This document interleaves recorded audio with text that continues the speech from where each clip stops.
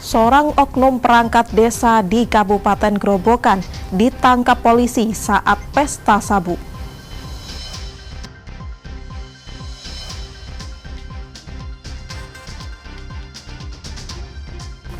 Kementerian Sosial gencar mensosialisasikan sekolah rakyat sebagai solusi pengentasan kemiskinan. Mencicipi nikmatnya coro santan, makanan khas kota Semarang yang hanya bisa ditemukan saat bulan Ramadan.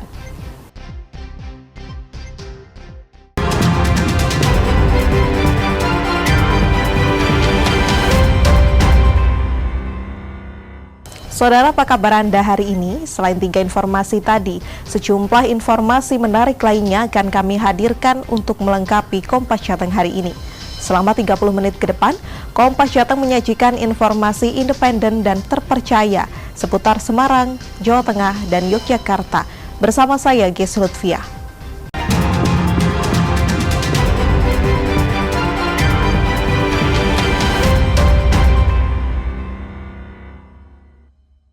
Mengawali Kompas Jateng pagi ini, saudara, puluhan rumah di Kabupaten Pati, Jawa Tengah rusak berat akibat diterjang puting beliung.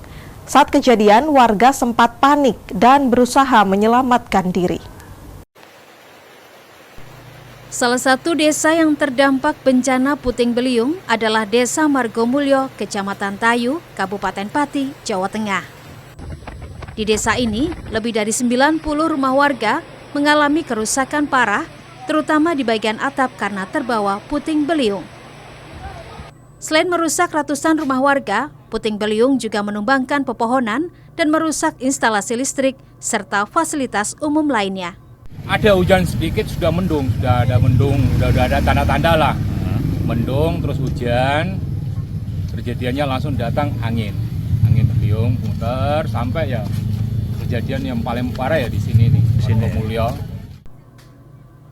Dari data sementara BPBD Kabupaten Pati, ada 4 desa di 2 kecamatan yang terdampak bencana puting beliung, yakni Desa Margomulyo dan Desa Kedung Sari, Kecamatan Tayu, serta Desa Guyangan dan Desa Semarak, Kecamatan Margoyoso. Desa kemungkinan ada 4 desa yang saya tahu. Terus kalau di sini sama Kedung Sari, Kecamatan Tayu itu 94 kurang lebih.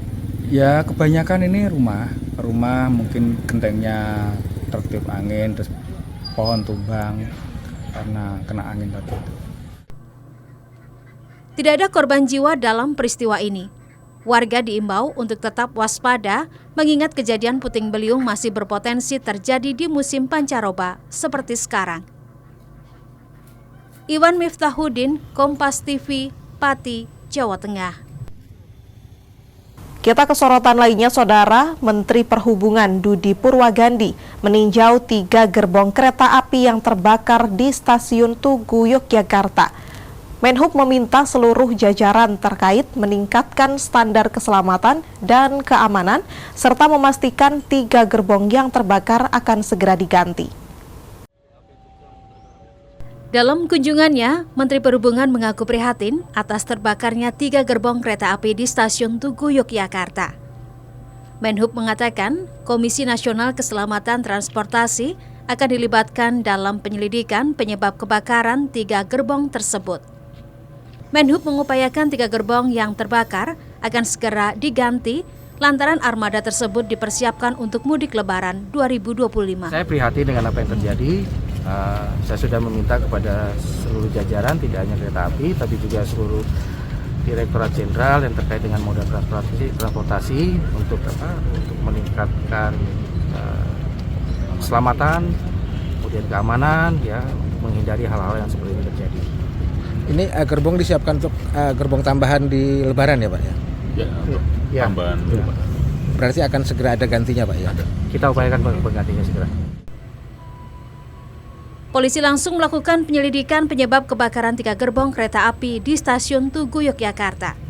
Personel Inafis dari Polresta Yogyakarta melakukan penyisiran di area gerbong yang terbakar untuk mencari petunjuk dan bukti penyebab kebakaran. Tim Puslap 4 turut dilibatkan dalam penyelidikan tersebut. Upaya TKP nanti akan kita lanjutkan lagi lapor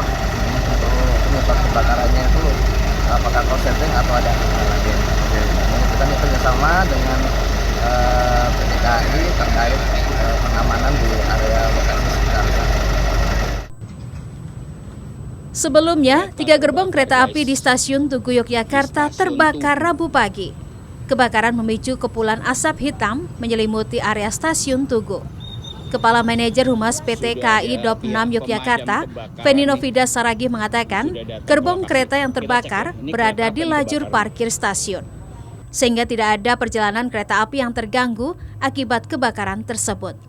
3 gerbong yang terbakar merupakan gerbong kereta eksekutif tambahan yang disiapkan untuk menghadapi arus mudik Lebaran 2025.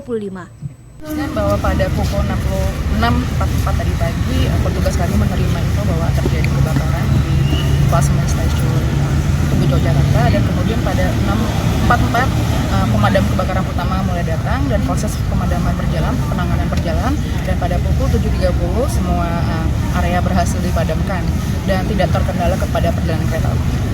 Ini ada berapa gerbong yang terbakar? Ada 3 kereta yang sedang stabling atau sedang parkir. Pemicunya apa, Bu? Untuk penyebab Tidak ada korban jiwa maupun luka akibat kebakaran 3 gerbong kereta api ini. Penyebab kebakaran masih diselidiki polisi.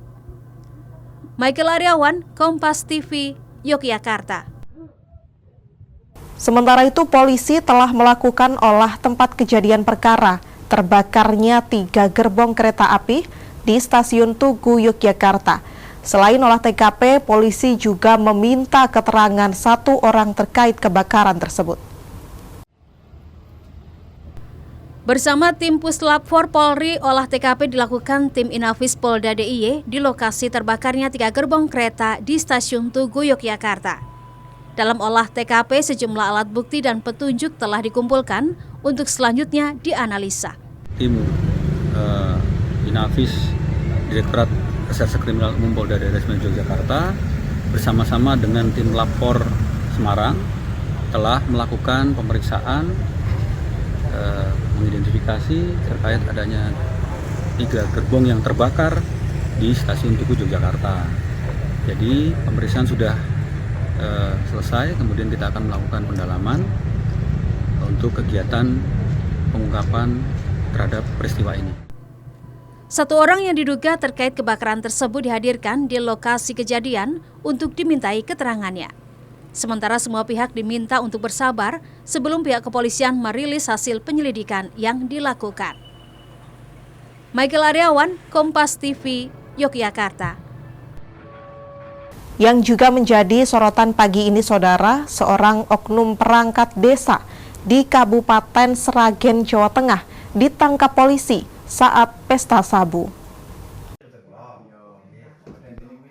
Polisi menggerebek sebuah rumah di Desa Katelan, Kecamatan Tangen, Kabupaten Sragen pada Senin malam.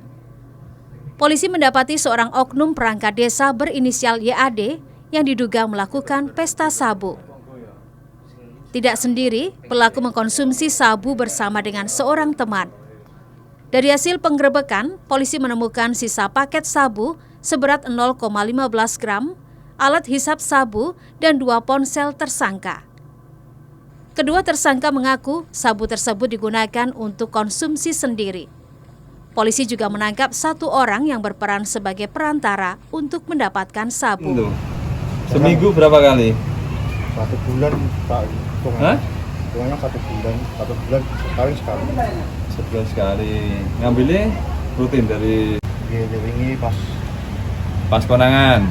Bahwa saudara Yuda dan saudara Sujat ini bersama-sama mengkonsumsi sabu di dalam rumah saudara SJ ini. Kemudian dari penangkapan itu dilakukan pengembangan kembali dan diperoleh informasi bahwa barang berupa sabu itu didapatkan dari seseorang yang bernama Sar S. Tersangka dijerat dengan Undang-Undang Penyalahgunaan Narkotika dengan ancaman maksimal 12 tahun penjara. Nugroho Yuliawan, Kompas TV, Sragen, Jawa Tengah. Kementerian Sosial gencar mensosialisasikan sekolah rakyat sebagai solusi pengentasan kemiskinan. Nantikan informasinya usai jeda pariwara berikut ini.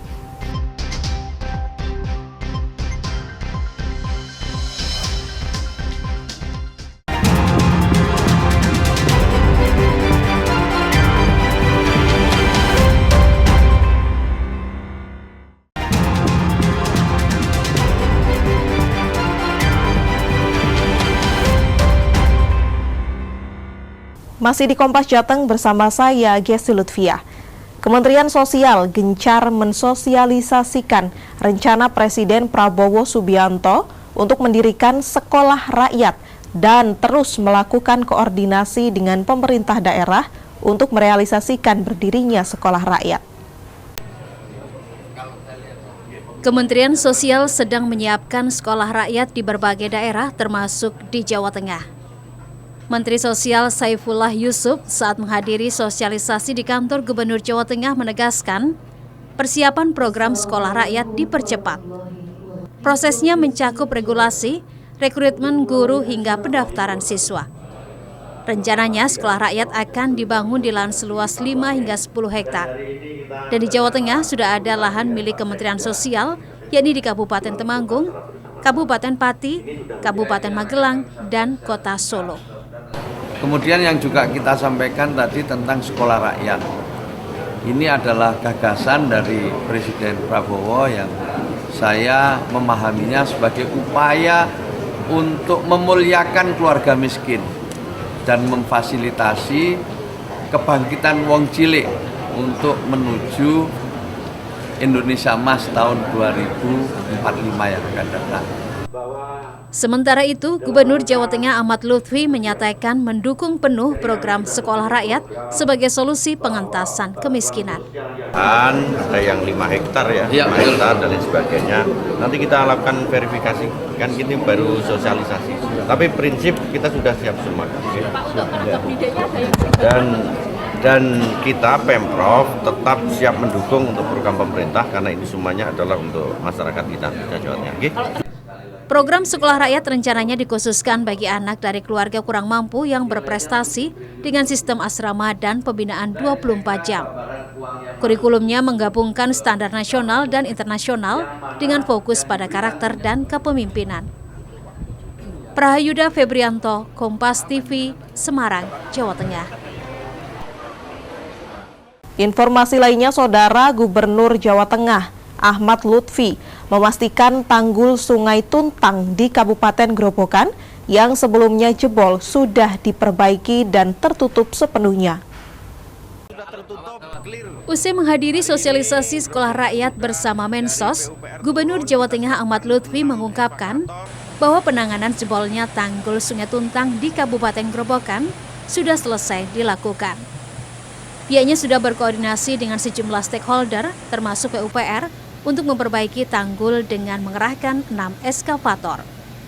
Dengan ditutupnya tanggul yang jebol, diharapkan genangan air di permukiman segera surut dan warga bisa kembali beraktivitas. Sudah tertutup, clear. Hari ini Grobogan sudah dari PUPR turun, kita siapkan 6 eskavator dan tanggulnya sudah tertutup, airnya sudah mampet, semoga dalam 1 hari berikutnya sudah nggak banjir. Sementara pemerintah daerah akan terus memantau kondisi di lapangan serta menyiapkan langkah antisipasi untuk menghadapi potensi curah hujan tinggi di wilayah Kabupaten Grobogan. Prahayuda Febrianto, Kompas TV, Semarang, Jawa Tengah. Mencicipi nikmatnya coro santan, makanan khas yang hanya bisa ditemukan saat bulan puasa di Kota Semarang. Nantikan informasinya usai jeda berikut ini.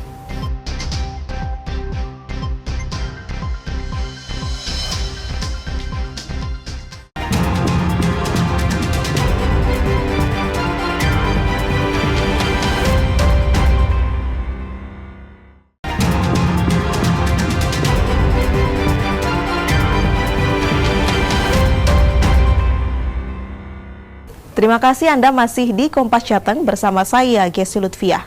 Lebaran masih lebih dari 2 pekan, namun warga Kota Semarang, Jawa Tengah rela antri menukar uang rupiah baru. Warga Kota Semarang antre untuk menukarkan uang rupiah baru melalui layanan mobil kas keliling Bank Indonesia di halaman Masjid Agung, Jawa Tengah. Bank Indonesia menerapkan syarat bagi warga yang melakukan penukaran uang, yakni harus sudah mendaftar di aplikasi Pintar agar bisa langsung dilayani. Untuk mengantisipasi tingginya minat warga, Bank Indonesia menyiapkan uang 24,8 triliun rupiah. Dan warga bisa menukar uang rupiah baru sesuai jadwal yang telah diatur. Ini kan masih lama, Bu. Emang sengaja mendahului? Ya, tahun kemarin saya nggak bisa, nggak dapat kuota terus. Oh, kemarin gimana, Bu, daftarnya? Lewat apa, Bu? Lewat BI Pintar itu loh. BI Pintar, Ya. Terus daftarnya secara online? Iya, secara online tapi nggak pernah dapat tahun kemarin. Akhirnya ini, alhamdulillah. Ini dapat berapa, Bu? Sendiri kok. Sendiri? Ya. Buat lebaran ya? Nanti akan dibagi-bagikan atau? Iya. Bagikan ke siapa? Ya anak-anak. Anak-anak. Mbak, Oke, Pak, nuker berapa, Pak? Gimana? Nuker berapa itu? Saya kebetulan cuma 1 juta. 1 juta? Iya. Pecahan apa? 5.000. 5.000. Rata-rata warga menukar uang baru untuk kebutuhan lebaran dibagi-bagikan kepada keluarga saat Hari Raya Idul Fitri. Karena uang baru dianggap sebagai simbol kebahagiaan dan keberkahan saat merayakan Hari Raya. Senot Puji, Kompas TV, Semarang, Jawa Tengah. Saudara, beragam menu takjil ditawarkan di pasar kuliner Ramadan alun-alun Kota Semarang menjelang berbuka puasa tentunya. Salah satunya coro santan, panganan khas bulan Ramadan yang memiliki cita rasa manis ini selalu diburu oleh warga Kota Semarang untuk menu berbuka puasa. Halo saudara, saat ini saya berada di salah satu pusat kuliner yang ada di Kota Semarang, tepatnya alun-alun Kauman. Tempat ini banyak dijadikan pilihan untuk ngabuburit dan juga memilih menu makanan sebagai takjil atau makanan pembuka puasa nanti. Nah, kalau saya saat ini tertarik dengan makanan yang ada di belakang saya ini. Ada namanya coro santan, makanan yang hanya bisa didapatkan saat bulan Ramadan saja. Kira-kira bagaimana sih rasa dari coro santan ini? Yuk langsung aja ikuti saya untuk membeli 1 porsi coro santan.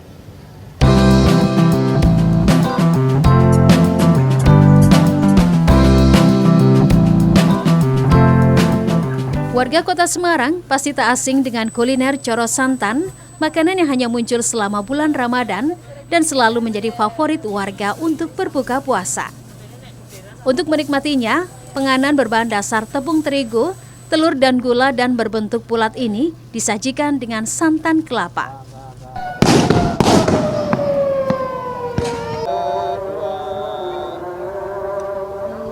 Nah, saudara, sudah terdengar kumandang azan maghrib. Ini saatnya untuk saya membatalkan puasa dan menikmati makanan yang sudah saya beli tadi.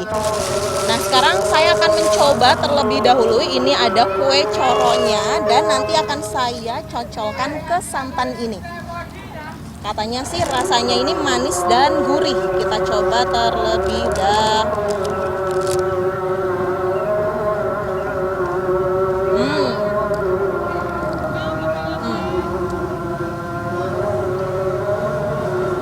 Ini memang cocok sekali untuk takjil ya.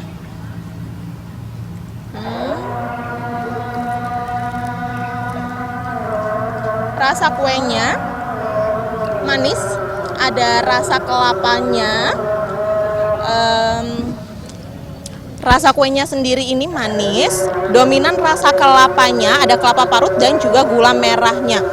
Selain coro santan, ada juga penganan ketan biru hingga petis bumbon yang selalu menjadi menu favorit warga Kota Semarang untuk berbuka puasa dan hanya bisa ditemukan selama bulan Ramadan saja. Gesi Lutfiah, Dedi Stio, Kompas TV, Semarang, Jawa Tengah. Informasi tadi sekaligus mengakhiri Kompas Jateng hari ini. Saya Gesi Lutfiah, mewakili kerabat kerja yang bertugas, mengucapkan terima kasih atas perhatian Anda. Selamat mengikuti acara kami selanjutnya, Kompas TV, independen, terpercaya. Sampai jumpa.